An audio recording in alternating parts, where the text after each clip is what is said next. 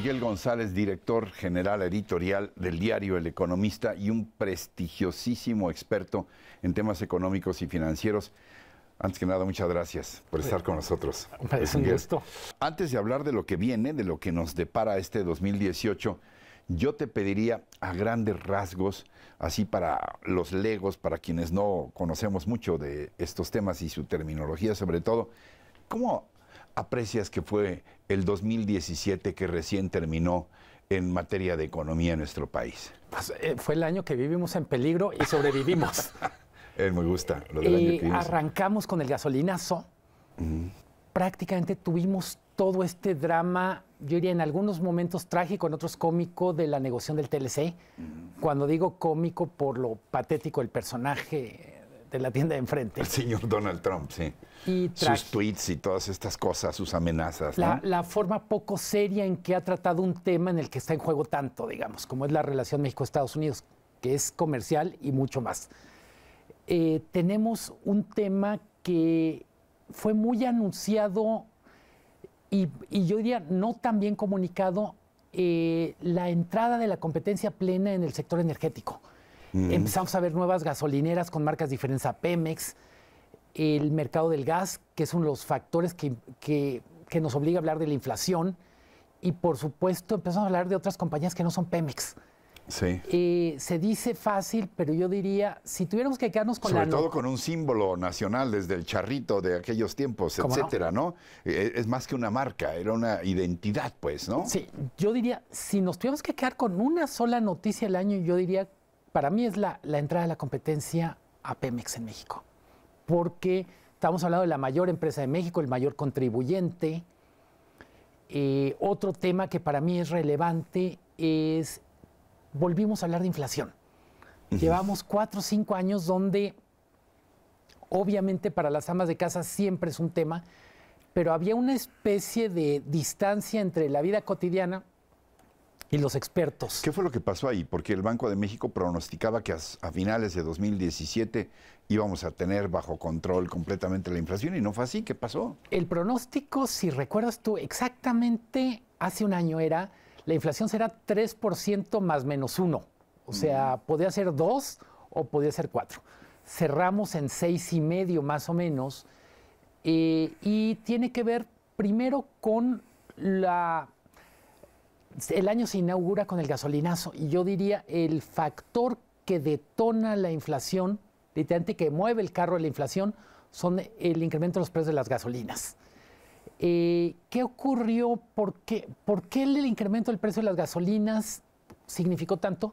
De alguna manera destapó la caja de la Pandora. La inflación había estado muy reprimida, recordarás, lo llegué a comentar en tu programa. El tipo de cambio se moviera 20, 30, 40%, los precios incluso de bienes denominados en dólares no brincaran 30, 40%, era una especie de rareza estadística que se puso, vamos a decir, se puso al día la inflación en el 2017, inflación que había estado reprimida en 2015 y 2016. También fue un año importante, 2017, volvimos a hablar en serio con el tema del salario mínimo. Ahora, desde luego no tienes una bola de cristal, pero hablabas del tipo de cambio en el 2017. Hablemos del cambio de tipo para el 2018, ¿no? ¿Qué relevancia tiene el aspecto electoral? ¿Cómo aprecias tú, a grandes rasgos, la propuesta económica de cada uno de los candidatos más fuertes? En ese sentido, ¿se va a determinar también el rumbo de la economía con la elección? Empiezo por curarme en salud. Efectivamente, no tengo bola de cristal. Los analistas, tanto los analistas políticos como los económicos, están divididos en el sentido de la economía va a ser afectada o no por el factor electoral. Hay quienes son, vamos a decir, catastrofistas y dicen cualquier cosa que se mueva en lo político va a ser muy delicada en lo económico. Y hay quienes apelan a la famosa resiliencia y dicen, no, la economía ha dado muestras que puede aguantar un carro. Decía hace poco el jefe de asesores económicos de Barack Obama, decía, la gran sorpresa en estos últimos 3 años en el mundo, no solo en Estados Unidos, es la economía parecería que está resistiendo mejor a la incertidumbre política que antes. Hay que recordar, Inglaterra no se cayó con Brexit, España aguantó la crisis catalana, aguantó relativamente. Sí.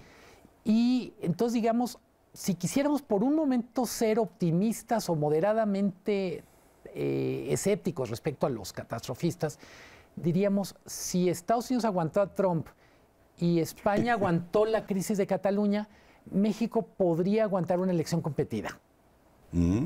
Dicho lo anterior, en el aire está la idea de que la elección también va a ser una especie de referéndum respecto a la política económica de los últimos 24 o 30 años. Es muy difícil saberlo porque... Pero ¿de qué hablas? ¿Un modelo neoliberal, por ponerlo en términos muy chabacanos, ¿no? Sí. El modelo neoliberal priista, panista de los últimos 20 o 20 y tantos años, frente a la amenaza que dicen que representa López Obrador y sus... Me gusta el tono en que lo dices por una razón. Ha sido tan poco claro, tan ambiguo López Obrador, que no sabemos si es una amenaza de ruptura o amenaza de continuidad, dependiendo de qué lugar ocupe uno. Pero la continuidad sí la representaría José Antonio Mid, muy claramente como candidato del PRI. Es muy claro que con José Antonio Mid hay continuidad, ya no digamos del PRI, etcétera.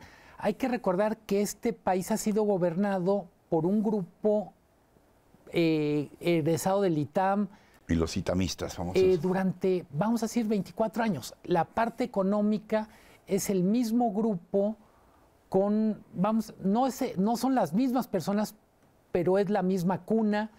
Hay ciertos mentores de referencia, Pedro Aspe, Agustín Carstens, Francisco Gil Díaz, Miguel Mancera. Cualquiera de los que ha ocupado la Secretaría de Hacienda, el Banco de México, las subsecretarías relevantes, pasó por esa criba. Y no hay que perderlo de vista. Entonces, si bien con José Antonio Mid hay continuidad, garantía de continuidad en los grandes postulados, también hay que decirlo que el propio mensaje de José Antonio Mid es la mejor manera de garantizar la continuidad es hacer ajustes. El modelo no puede mantenerse igual. Yo diría, está presionado por 2 o 3 factores no económicos, corrupción, problemas de Estado de Derecho, no funciona el poder judicial, no solo para los casos políticos, hay que dejarlo claro. El sistema de justicia es terriblemente incompetente para los propios conflictos entre empresarios. Es desfavorable para pequeños empresarios cuando demandan a grandes empresarios, por poner un caso. En el caso de Andrés Manuel López Obrador, yo diría que lo más relevante por el momento es que no ha sido tan claro en el proyecto económico, y cuando digo no ha sido tan claro, no es claro que vendría una ruptura mayúscula en los grandes temas, apertura comercial, reforma energética, independencia del Banco Central. Lo que sí es claro es que pone en la mesa aspectos que afectarían a la economía que tienen que ver con el ecosistema político de administración pública. Esa parte es... Me faltan detalles de la propuesta de López Obrador para hacer un juicio justo. En el caso de Mid, me es mucho más claro, es alguien que entiende como nadie el modelo, ha trabajado a alto nivel los últimos 12 años. Y vamos a decir que hizo su noviciado desde hace 20. De tal manera que conoce bien el sistema desde adentro.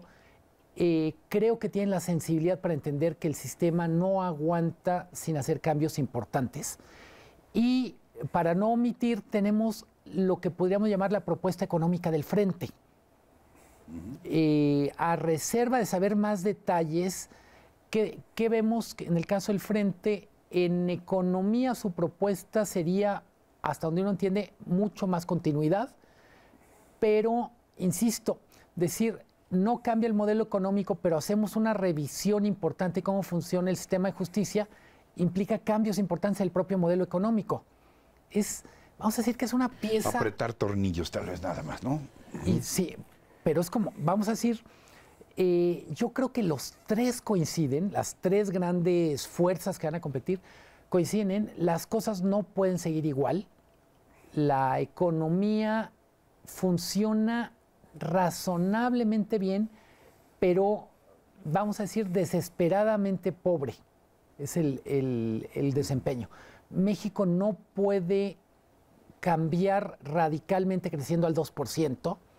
Lo han dicho prácticamente todos los presidentes antes de entrar a su gobierno, desde Fox, que prometía crecer al 7%, Videgaray, para no irnos a hacer arqueología, Videgaray hablaba de crecimiento mediocre, cuando evaluaba y decía la economía ha crecido entre 1,5% y 2% en los últimos 25 años.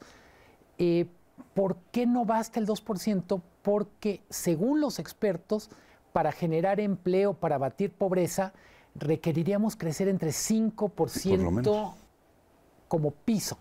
Bueno, no sé si hay algún otro aspecto que quieras puntualizar respecto a esta visión que estamos intentando tener de este año que está comenzando, algo que no te haya preguntado para puntualizar esta conversación. Como tú sabrás, yo soy provinciano, soy jalisciense. Sí. Y nomás poner énfasis, cuando hablamos de economía, hablamos de promedios nacionales, de agregados. Y hay que decir que cada región cuenta una historia muy diferente.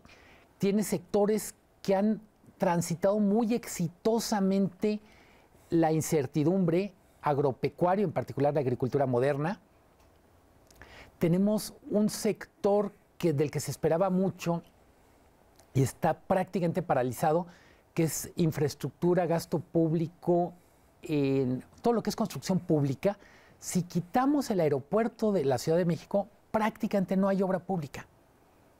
Entonces, cuando hablamos de economía, simplemente invitar a quien nos está escuchando a hacer el ejercicio de, cuando hablamos de agregados, muy probablemente ellos no se sientan reflejados en el promedio y digan, yo tengo una historia diferente que contar, y tienen absolutamente razón. Depende de la región donde vivan, depende del sector donde trabajen, dependen del grupo de edad al que pertenezcan. Luis Miguel, siempre es muy aleccionador y muy grato platicar contigo. Yo te agradezco mucho, pues que nos vaya muy bien en este 2018. ¡Feliz año! Igual, todo para ti. Igual para todos ustedes, gracias. Lo mejor para este año que comienza. Yo les agradezco como siempre su atención, su compañía, pero sobre todo lo que más aprecio, su confianza en este espacio. Los espero la próxima semana. Gracias de nuevo a Luis Miguel González, director editorial del Economista. Hasta entonces, hasta siempre.